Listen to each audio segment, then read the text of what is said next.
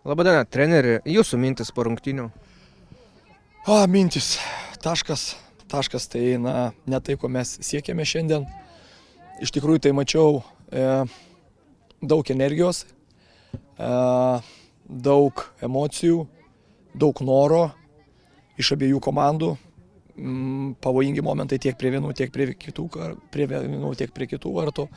Bet tas pastangas, kurias mes įdėjome, jų mums buvo per mažai tam, kad mes šiandien iškovotumėm 3 taškus. Taip, ir jo, turėjom savo momentų, bet gaila, bet mes jais nepasinaudojom. Galbūt šiandien buvom ir agresyvesni negu lyginant su praeitom rungtynėm su Sūduva, kas liečia žaidimą atakoje.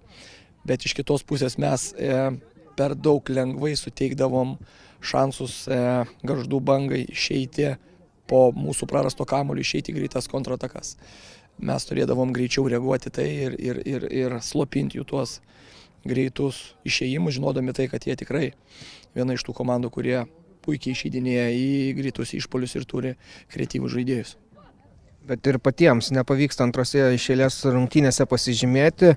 Čia naujai atvykusiems gal puolantiems žaidėjams reikia daugiau laiko ar kažkas kitos bėdos?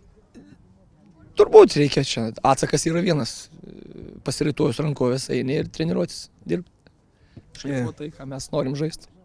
Šiandien Donatas Kazlauskas nebuvo registruojamas, kažkokia trauma ar kas? Jo, pas jį yra šiek tiek problema su keliu. Kalbant apie pirmą ir antrą kėlinuką, ar pavyko per pertrauką antrajame įdiegti kažkokių pokyčių?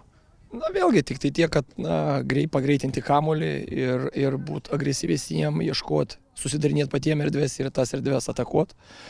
Ir manau, kad galbūt jeigu vertinat mūsų antras kėlinys buvo šiek tiek geresnis negu pirmas, kas liečia žaidimą atakoje.